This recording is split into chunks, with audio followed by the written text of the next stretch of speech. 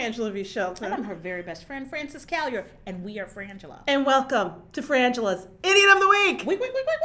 Oh, it's so exciting. We get the stupid from you, we mock it, and tomorrow we crown someone for this week. We do. And we want to thank our army of anti-dumb for sending us all these fantastic stories. Awesome stories. You've sent them to us via Twitter and Facebook at Frangela Duo and at frangela.com. Thank you so much. And there's some people, I just want to announce real quickly that Bell, you are a sergeant. No, just so you know. All right, first up for today, this is from Private Ceasar, or Ceasar, but I think it's Ceasar. I think it's Ceasar. Oh. Man's 36-hour sex toy ordeal is a real one-ring circus. Yeah, a British man. British.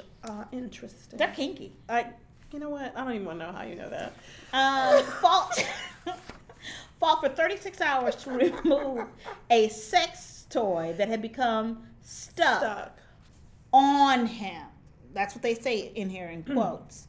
When Finally, he goes to the hospital after 36 hours, at which point he was like, you know what? I'm just going to have to take this hit. So they had to remove the ring-like object. The surgeons removed the toy with an air cut-off tool. They had to call the firefighters. Yeah, after a long-hour procedure. And the firefighters apparently needed counseling after the incident. Okay. Everybody needed it, and then they had the hospital staff. Everybody needed kind of like they needed a counseling team to come in after the incident. Well, this is my thing. I am not saying one of those rings, the cock rings. It's cock ring. For saying the word. It's a cock ring. This is my thing.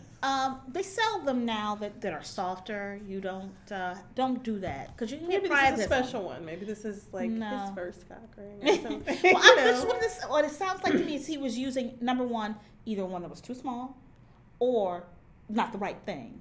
And I think that people mess up like that. Like what do you mean not the right thing? Like they make it a makeshift. I'm concerned. A makeshift cock ring? Yes. Sometimes people will do that. Remember, like the story of the priest who fell on the potato. But he didn't follow. That was a good one because he tried to say he was hanging drapes, Nate without pants on, and he fell on a potato and went into his anus, and he couldn't remove it. Yeah, see, people make up things. That is like the worst. That was like the worst story ever. I'm like, you were not hanging drapes. You're pantsless. And then you happen to fall just correctly onto a potato that was where? On the floor? On the table? Where you keep potatoes? Yeah, but this is my thing. 36 hours, I'm going to tell you, after hour 2. Yeah, and you can't get it off? You go to somebody. You do. So something was really wrong. You have to ask yourself, what would you allow yourself to be in 36 hours of pain over? Yeah. Rather than go to the police. That's why I think it was embarrassing. I don't think it was even the right. What do you think it was, like a Hello Kitty doll? Yeah, I think there was something wrong. Something that everybody was like, because everybody needed counseling. The ring-like object. Ring-like object. What could that be? If you're in England, could you find out? They have cock rings that are actually metal. You can have a cock crown, but that's a whole nother story. I don't know you.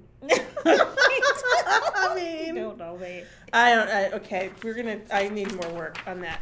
All right, next, this is from Captain Grego. Thank you. Okay, thank you. This is British Columbia, which I believe we have not had this year. I don't think we have.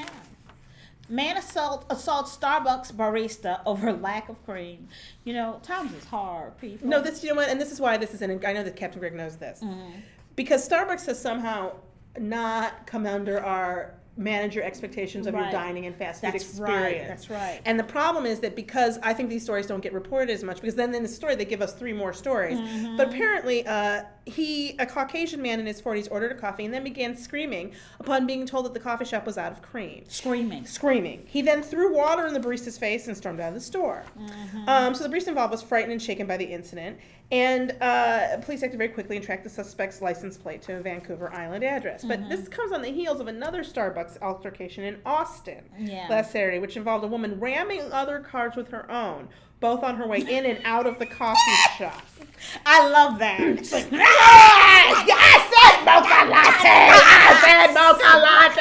Cappuccino, bitch! Okay, that was a reenactment. Yes. And then also in April, two police officers were injured when a group of anarchists tried to smash the windows of a New York City Starbucks. If you're an anarchist, it's the government you're against. Yes, not Starbucks. Not Starbucks. Yeah, they're a manifestation of corporate will, but it's really, you know what? To me, that's being a wuss. Yeah. If you're an anarchist, you attacking baristas, you ain't no goddamn anarchist, you a wuss. Go attack the police. Yes. I'm not saying you should attack the police, but you know what I'm saying.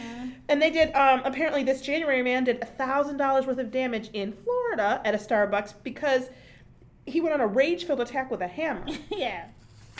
And so this is what we got to say. Yeah. Stop drinking coffee. Maybe you've had too much coffee. I'm having some now. Right now.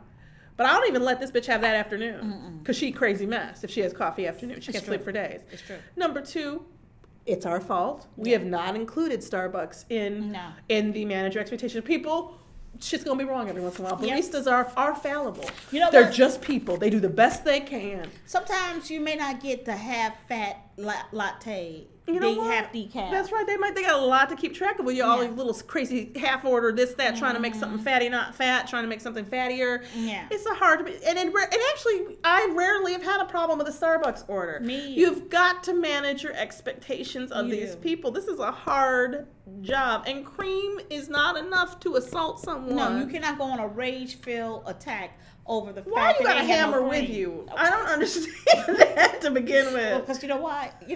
Because he's gone up into that Starbucks before and he gotten his shit wrong. Because he was like, today I'm prepared. First of all, my name is Peter, not Mike. Stop writing Mike on the outside of my goddamn cup. That's funny. Woo! People, Look at us. Look at us the time. Don't we have another one? Oh, we do. Shit. Look at me. I was so excited. This is from Private David L. I think you're going to have to get promoted too, David. Florida woman. This is a good one. Woman accused of choking her boyfriend. Why? Because he refused to marry her. I think he made the right decision. Yeah. Apparently, she was arrested because she choked her boyfriend because he refused to marry her. Yeah. Nicoletta Karoli, she's 24 years old, reportedly from Hungary. She needed her boyfriend to marry her in order to get a green card. But he had different opinions. Yeah, he said he wasn't sure about marrying Karoli. You know why? Mm-hmm. He was concerned about What? her violent temper. What? I'm going to say he's intuitive. And the fact that she had beaten him before while asking to get a visa. So she apparently finally snapped when the visa expired and he refused to marry her. So she choked and slapped him and threatened him with a kitchen knife. And he fled. And here's my problem. She told the police that the reason that he was all cut up and injured was things that happened during sex because it makes the sex better. Well, I have to give her some dap for not saying she was asleep or something. But you know what I think this is?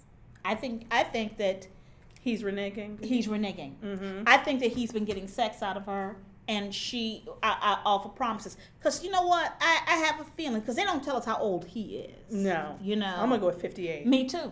54 to 58. Yeah. And I will try to do the research, but I'm thinking this was a mail order situation too. Yeah. So this is the thing I learned about idiot. We may seem harsh, but we've been doing this for like 5 years. Yeah. You start reading between the lines, and they're little clues. When they don't actually tell you nothing about the relationship, that's something to be worried of. And when you're somebody who's from Hungary, I want you to understand that whatever bad, Hungary is like Detroit, but older. Yeah. You know, everybody's That's the having, there's situation. global economic crisis at the moment. You know, countries are defaulting and having huge problems. Yeah. So, but you just can't, this is the problem. He does make a good case for why their relationship isn't working. Well, I'm going to tell you something.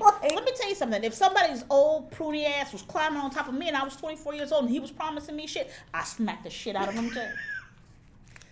Let me tell you something. Idiots have broken me this week, everybody. I'm gonna be back. I'm gonna be back better.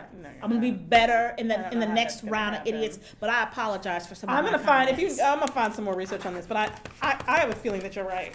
Yep. I think we'll find out. But we'll find out tomorrow who wins this week's exciting neck and neck race for Idiot of the Week. It's gonna be great. Yes.